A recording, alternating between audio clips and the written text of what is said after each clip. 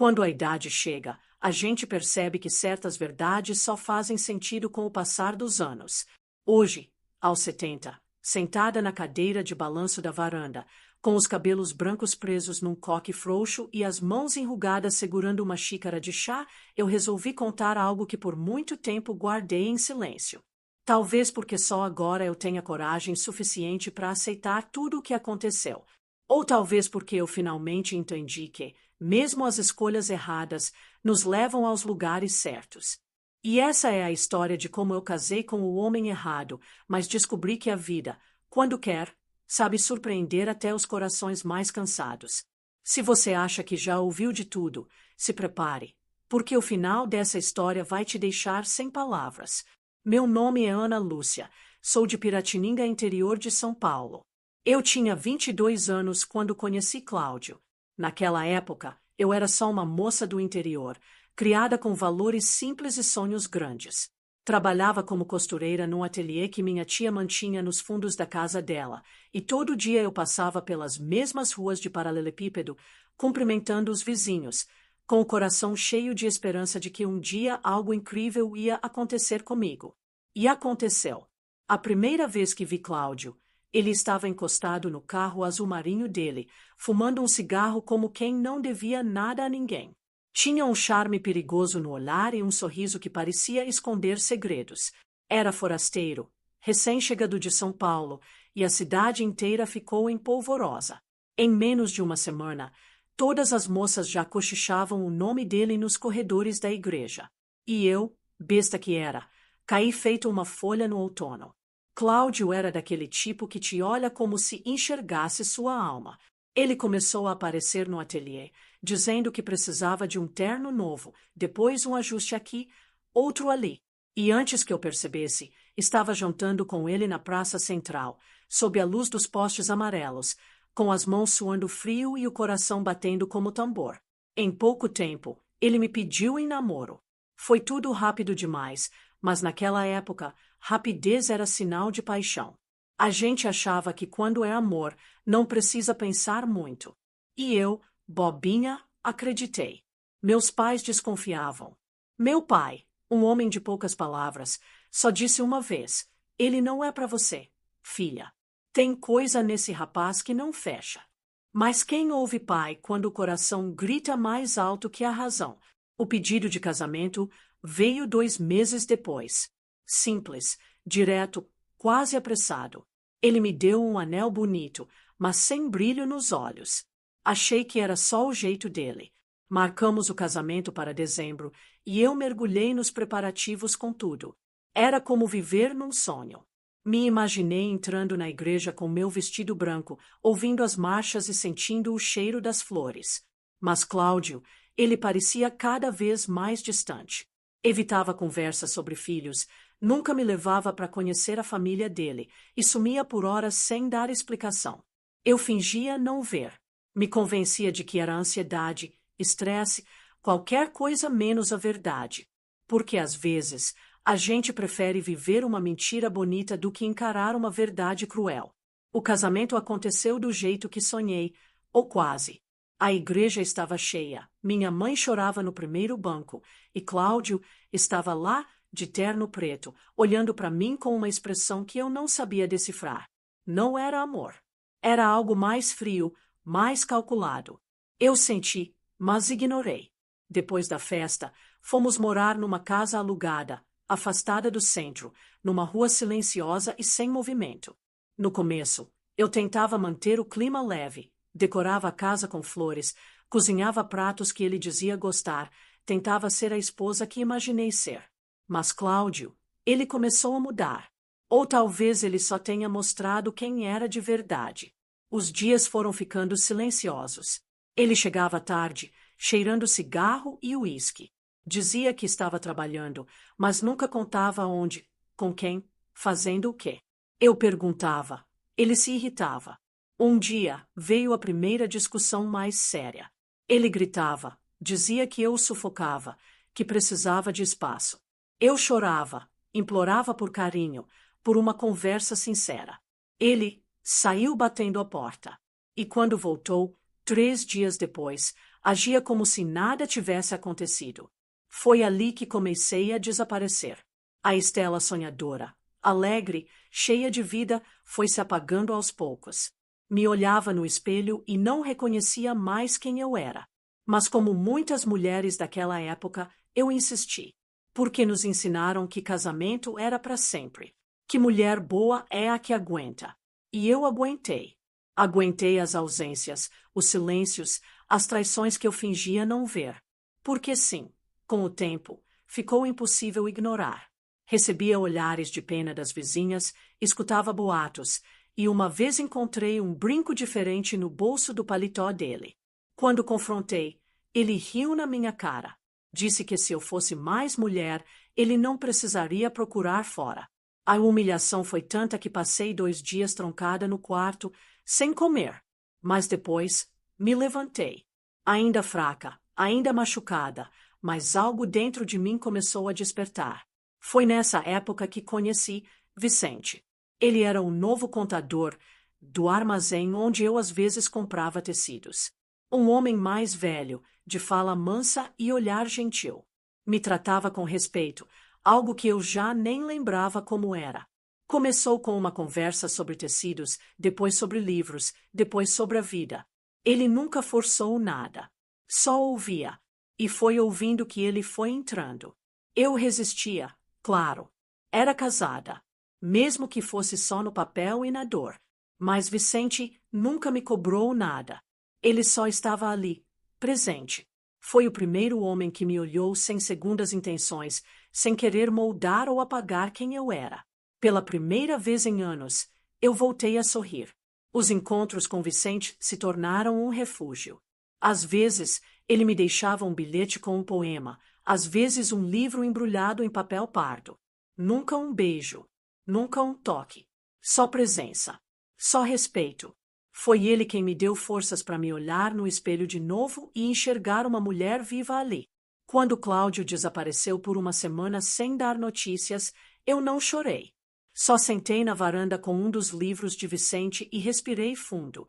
Foi naquele dia que percebi que, mesmo sem saber, eu já tinha feito uma escolha. E a escolha era me libertar. Naquela semana em que Cláudio sumiu, algo dentro de mim se quebrou de vez, mas foi uma quebra boa, necessária, como quando você arrebenta uma corrente enferrujada que há muito tempo te prendia. Pela primeira vez, eu não chorei por ele. Não senti medo, nem raiva. Senti alívio. Um alívio silencioso que invadiu o peito como um sopro de liberdade. Passei dias em silêncio dentro de casa, arrumando armários, costurando vestidos que ninguém encomendou, organizando os livros que Vicente havia me emprestado. Cada detalhe da casa foi tomado por mim, como se eu estivesse limpando, aos poucos, a presença de um homem que nunca realmente esteve ali. E quando Cláudio finalmente voltou, com a camisa amassada e cheiro de perfume barato, ele encontrou uma mulher diferente. Eu não gritei. Não fiz cena. Apenas olhei nos olhos dele e disse: "Você não mora mais aqui." Ele riu. Um riso debochado, como se eu fosse uma criança fazendo birra. Disse que eu não sobreviveria sem ele, que mulher nenhuma naquela cidade se separava sem sair marcada. Mas eu não recuei. Fui firme. Com a voz calma, mas cheia de certeza, pedi que arrumasse suas coisas e saísse. E quando ele se recusou, eu mesma juntei as roupas dele e coloquei na calçada, junto com todos os restos de uma história que nunca deveria ter começado. Naquela noite, tranquei a porta e chorei. Não por ele. Chorei por mim, pela mulher que eu fui, pelas vezes que me calei, por tudo que deixei de viver por medo de estar sozinha. Mas ali, naquela solidão, eu me encontrei. E foi o primeiro passo para recomeçar. Vicente apareceu 2 dias depois, como se tivesse sentido que algo havia mudado. Ele me olhou com aquele olhar sereno e perguntou apenas: "Você está bem?" Eu assenti. E pela primeira vez, convidei ele para entrar. Sentamos na varanda, tomamos café e falamos da vida. Ele me contou sobre sua infância, sobre como perdeu a esposa para uma doença silenciosa e como nunca mais havia se permitido amar. Eu contei minha história também, toda ela, sem floreios, sem esconder as feridas. E ele me ouviu. Em silêncio. Sem julgamento. Quando terminou, ele segurou minha mão. Um toque leve, respeitoso, mas que me atravessou como um raio. Foi naquele instante que entendi. Às vezes, o amor chega de mansinho, no meio da dor, quando a gente menos espera. Não começamos um romance de imediato. O que existia entre nós era mais profundo que isso. Era amizade, cumplicidade, uma conexão rara e preciosa. Vicente nunca apressou nada. Ele me deixava respirar, me redescobrir, me reconstruir. Aos poucos, fui voltando a sorrir com leveza. Voltei a costurar com paixão. Aceitei encomendas. Comecei a fazer vestidos de noiva. Ironia do destino, eu sei, mas com um novo olhar. Cada ponto que eu dava era como se costurasse também pedaços meus que tinham sido rasgados. Me tornei mais independente, mais forte. E Vicente continuava ali, ao meu lado, sem cobrar nada, sem esperar nada. Só por estar. Foi só depois de um ano que aconteceu o nosso primeiro beijo. Estávamos voltando de uma feira literária na cidade vizinha e ele me olhou diferente. Como quem reconhece uma alma antiga, uma conexão rara. Não teve pressa, não teve palavras. Só o silêncio do carro e um beijo que selou algo que já existia muito antes do toque.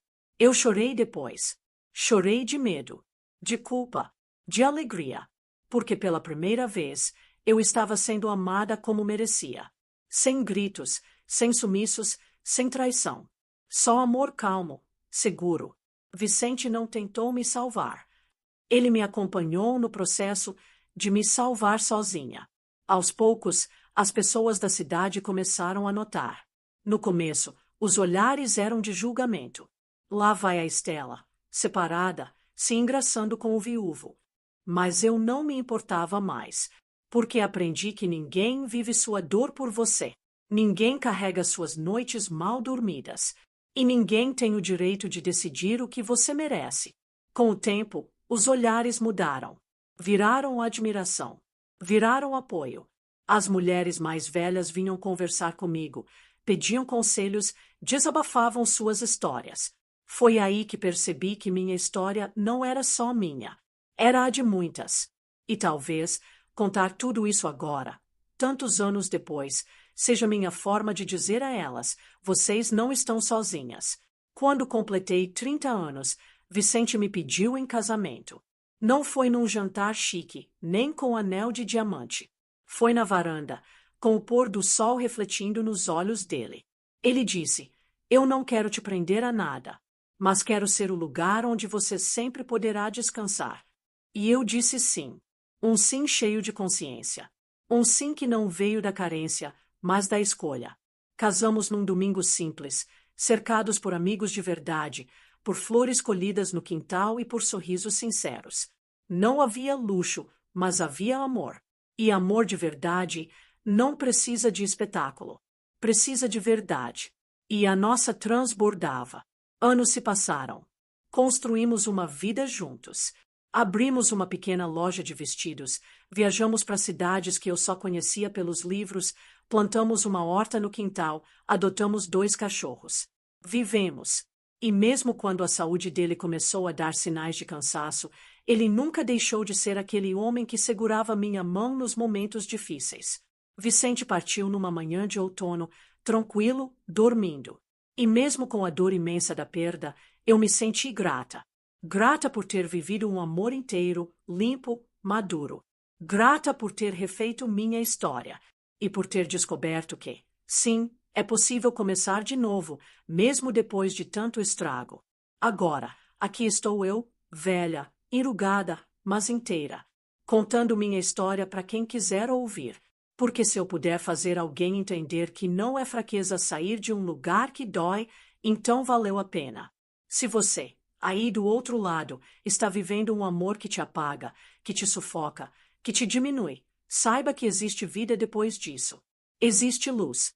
Existe amor. Mas antes de tudo, existe você. E você merece se escolher.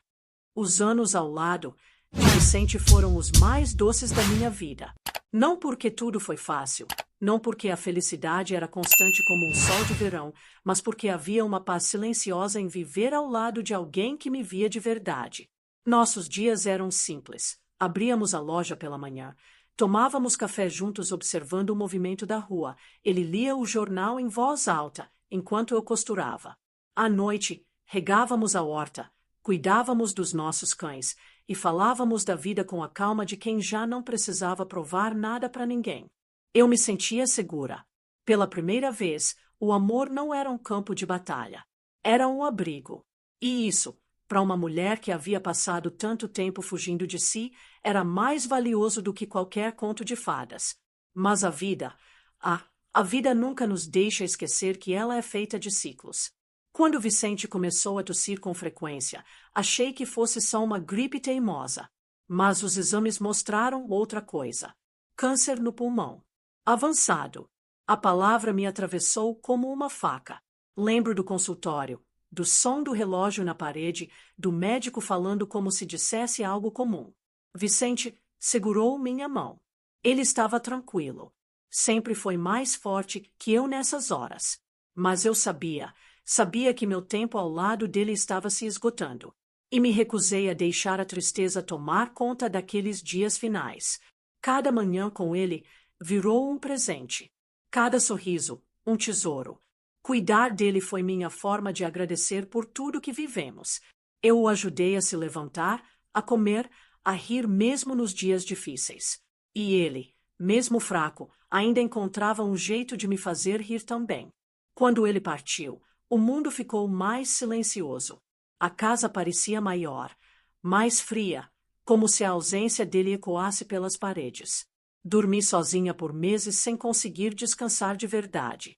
Às vezes, acordava no meio da noite esperando ouvir a respiração dele. E não ouvia nada. Mas não deixei que a dor me engolisse. Vicente não gostaria disso. Então voltei ao trabalho, à loja, às costuras. Comecei a escrever pequenos textos, crônicas sobre o amor, a saudade, sobre recomeços. Publiquei alguns em um jornal local e a resposta foi surpreendente. Mulheres me escreviam. Diziam que se viam nas minhas palavras, que minha história lhes dava força para romper ciclos. Era como se, mesmo sem Vicente aqui, ele ainda me empurrasse para frente, me lembrasse da missão que ficou. Foi nessa fase que uma jovem chamada Elisa apareceu na loja. Ela tinha 20 e poucos anos, olhos cansados demais para alguém tão nova. Queria um vestido simples para um casamento que não parecia deixá-la feliz. Notei o jeito como ela hesitava em cada palavra, como seus ombros carregavam um peso invisível. Lhe ofereci um chá, puxei conversa. Aos poucos, ela se abriu. Estava prestes a se casar com um homem que a atraía, mas que sua família insistia que era uma boa escolha por ser bem de vida. A história dela era um espelho do meu passado. Senti meu coração apertar. Respirei fundo e contei minha história para ela. Toda, como estou contando agora. Ela chorou. Choramos juntas. E no fim, ela foi embora com um vestido, mas não para o casamento.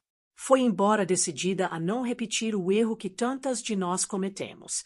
Depois disso, percebi que a loja não era mais só um espaço de vendas. Era um lugar de encontros, de acolhimento. Comecei a abrir o ateliê aos sábados para rodas de conversa. Mulheres de todas as idades vinham. Contavam suas histórias, suas dores, suas esperanças. Era uma espécie de cura coletiva. Um espaço onde ninguém era julgada, onde a vulnerabilidade era força. A loja virou mais do que eu sonhei. E eu também me transformei. Era como se cada pedaço da minha vida, mesmo os mais dolorosos, tivessem me levado exatamente até ali, para ser voz, para ser ponte, para ser memória viva de que é possível, sim, reconstruir tudo do zero. Foi numa dessas tardes que recebi uma carta. Sem remetente. Reconheci a letra assim que vi. Era de Cláudio. Mais de 20 anos tinham se passado. Ele dizia que estava doente, que havia errado demais, que pensava em mim constantemente e que, acima de tudo, queria me pedir perdão. Minhas mãos tremiam. Não de raiva nem de medo. mas por tudo que aquela carta revirava dentro de mim. Sentei na varanda com a carta no colo e olhei para o céu. Pensei em responder. Pensei em ignorar. Mas, no fundo, sabia que precisava encarar isso para encerrar o último capítulo aberto da minha vida. Marquei de encontrá-lo em um banco da praça, num domingo de manhã. Quando o vi, quase não reconheci.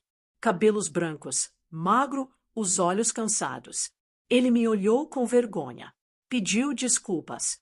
Disse que era tarde demais para querer consertar tudo, mas que não podia morrer sem me olhar nos olhos e reconhecer a mulher forte que eu sempre fui. E naquele momento, eu entendi o que é o perdão. Não é sobre ele. Não é sobre esquecer. É sobre me libertar. Olhei para ele, sorri e disse: eu te perdoo. Não porque você merece, mas porque eu mereço viver em paz. E me levantei. Caminhei de volta para casa sentindo um peso sair das costas. Era o fim de um ciclo. E foi ali, naquela manhã comum, que me dei conta, minha vida não foi um conto de fadas, mas foi uma história poderosa, cheia de quedas, reviravoltas, aprendizados. E, acima de tudo, amor.